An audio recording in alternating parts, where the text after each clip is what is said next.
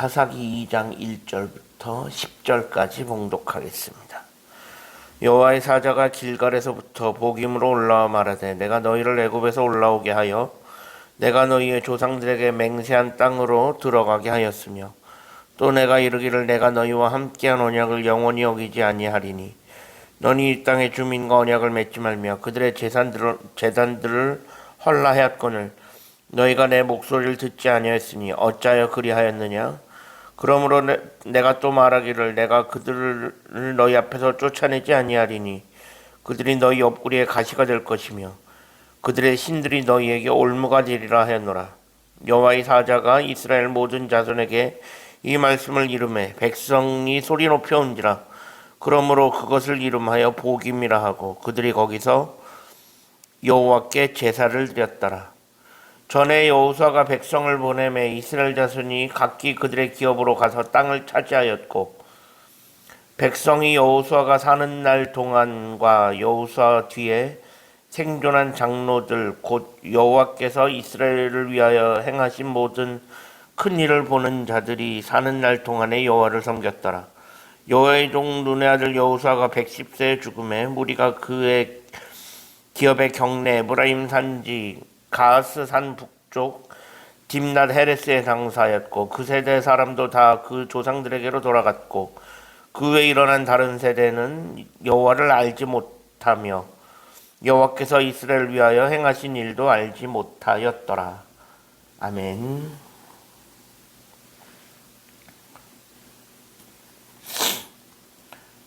오늘도 새로운 하루를 허락하신 하나님께 감사합니다. 오늘은 주의 날 목요일입니다. 오늘 본문에는 하나님의 사자가 길갈에서부터 보김으로 올라왔다라고 되어 있습니다. 여기서 길갈이라고 하는 곳은 여리고의 동쪽 경계 지점으로 가나안 입성 때부터 시작하여 왕정 시대에 이르기까지 중요한 일들이 많이 일어난 곳입니다. 이스라엘 백성들이 요단을 건너온 후 이곳에서 처음으로 진을 쳤고 요단강에서 12개의 돌을 취해 하나님의 역사를 기념하면서 할례를 행하였던 곳이고 유월절을 지켰던 곳이 바로 이곳 길갈입니다. 나중에 사울이 이스라엘의 초대 왕으로 세워진 곳도 바로 이곳 길갈입니다. 그만큼 이 길갈이라고 하는 곳은 앞으로 왕정 시대까지 이스라엘 백성들에게 아주 중요한 곳으로 절대로 잊어서는 안 되는 아주 중요한 곳이 되어집니다.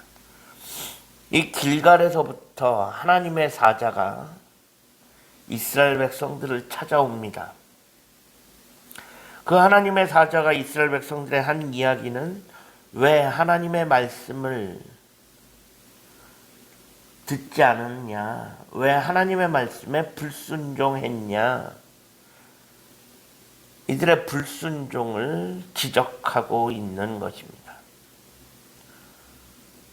그럼 이들이 불순종한 하나님의 명령은 무엇인가?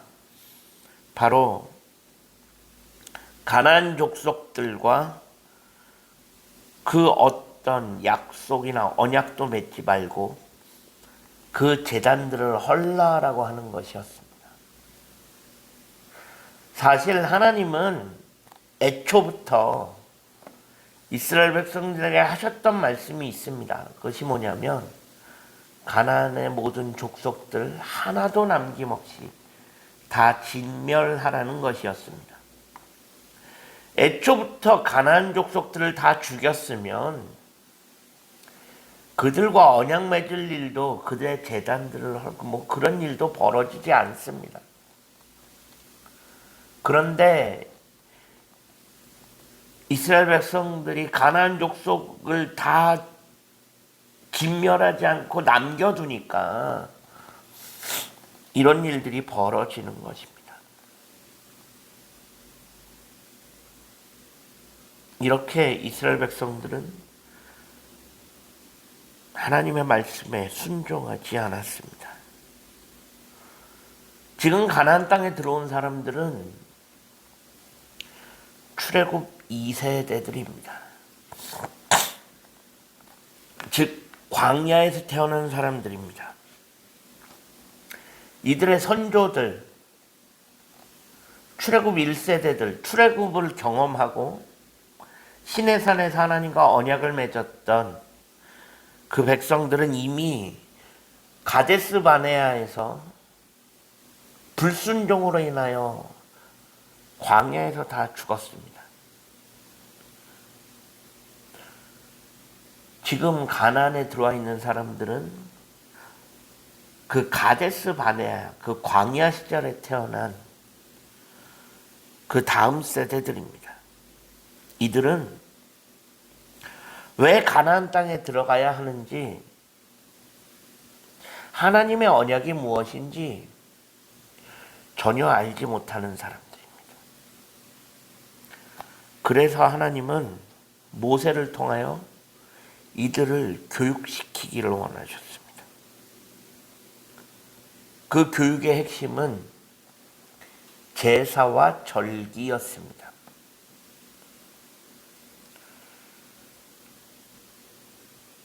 제사와 절기를 지킴으로 인해서 하나님의 백성답게 살아가기를 원하셨고, 또한 선조들에게 행하신 하나님의 은혜를 기억하도록 하셨습니다.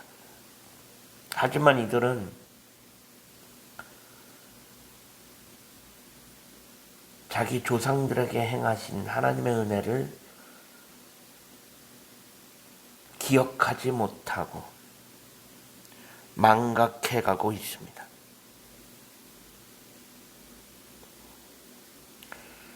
오늘 본문 10절에 보면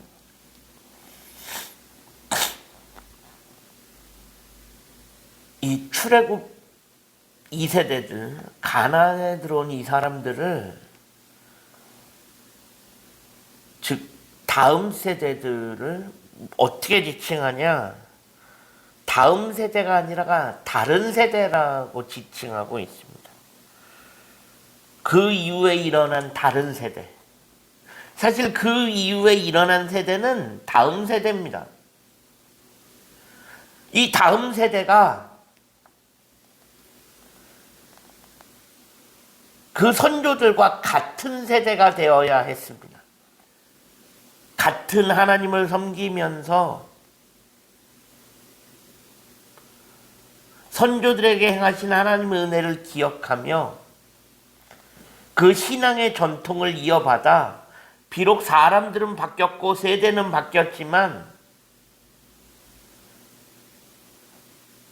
같은 신앙을 가지고 살아가는 같은 세대가 되어야 했습니다.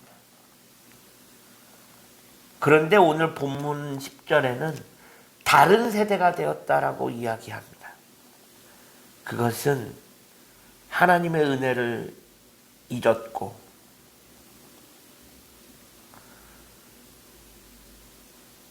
하나님의 언약을 잊었고 이스라엘에서 종노릇하던, 애굽에서 종노릇하던 이스라엘 백성들을 해방시키셔서 여기까지 인도하신 그 하나님,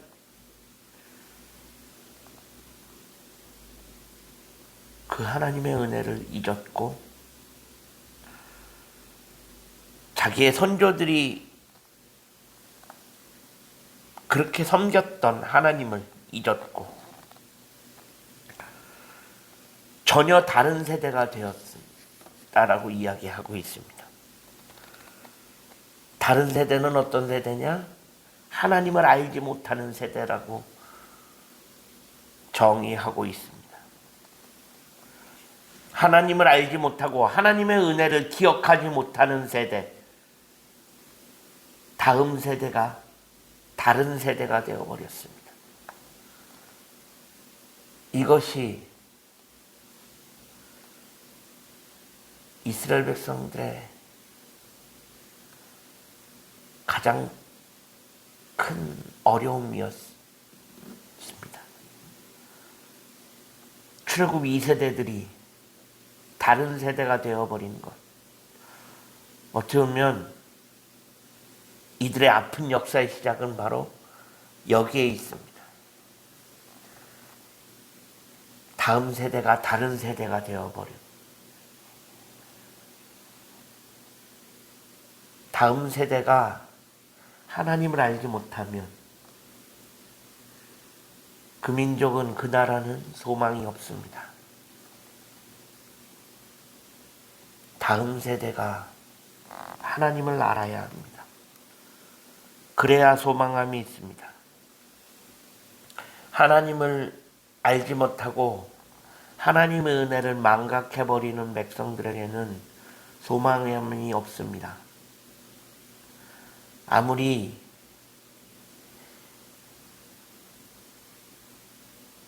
망각이 사람의 기본 소양이라고 이야기하지만 그래도 우리는 기억할 것은 기억해야 합니다. 우리의 다음 세대들도 기억해야 합니다. 그 하나님의 은혜를 기억해야 할 것입니다. 지금 우리의 다음 세대들이 다른 세대가 되어가고 있지는 않은지 돌이켜보기를 소망합니다. 우리의 다음 세대들이, 우리 교회 다음 세대들이 하나님을 알지 못하고 하나님의 은혜를 망각해버리는 다른 세대가 되어지지 않기를 소망합니다.